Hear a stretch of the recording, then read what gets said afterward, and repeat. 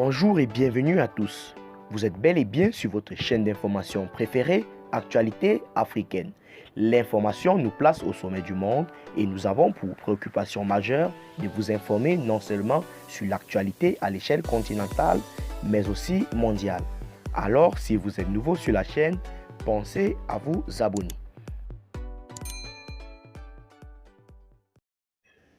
Eh bien les amis, avant de commencer, nous tenons à rappeler ou bien à saluer l'enthousiasme du président de la transition Assimi Goïta dans son souci de lutte contre le terrorisme au Mali.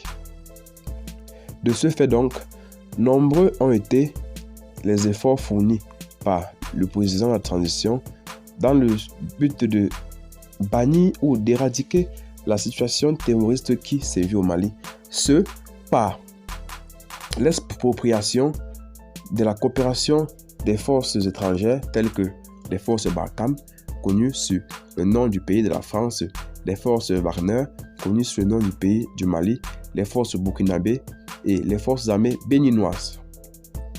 Retenons donc que cette coopération, n'est-ce pas, de la coopération MINUSMA, cette coopération qui, n'est-ce pas, réunit un ensemble de pays membres qui, n'est-ce pas, seraient appelés à apporter un coup de main à l'un d'entre eux si jamais l'autre avait été attaqué. Ce qui donc fait l'ossature ou la quintessence de notre information ce matin est cette information selon laquelle un aéroport serait bloqué en Espagne depuis plusieurs mois et aujourd'hui cet avion militaire, n'est-ce pas, atterrit au Mali dans le souci de renforcer la force ou le transport militaire malien. En réalité, le Mali, n'est-ce pas, a fait une nouvelle acquisition en moyens aériens au profit des forces armées maliennes. Dans un communiqué, le mardi 31 mai, l'état-major général des armées du pays de Assimi Goïta informe de l'atterrissage du dit avion à l'aéroport international Bamako-Sénou. De plus, rappelons que cet avion était resté bloqué à l'usine en Espagne et ce dernier vient d'atterrir à l'aéroport aux environs de 19h45.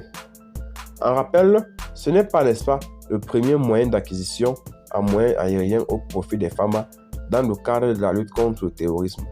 Le Mali, avec son partenaire russe, a fait des acquisitions d'avions militaires et de combat, des armes et en plus de ça, des soldats russes ou français sont venus de leur pays pour apporter, n'est-ce pas, leur soutien militaire au Mali, ce Mali-là qui connaît une situation terroriste aggravante au fil du temps depuis pratiquement 12 années aujourd'hui.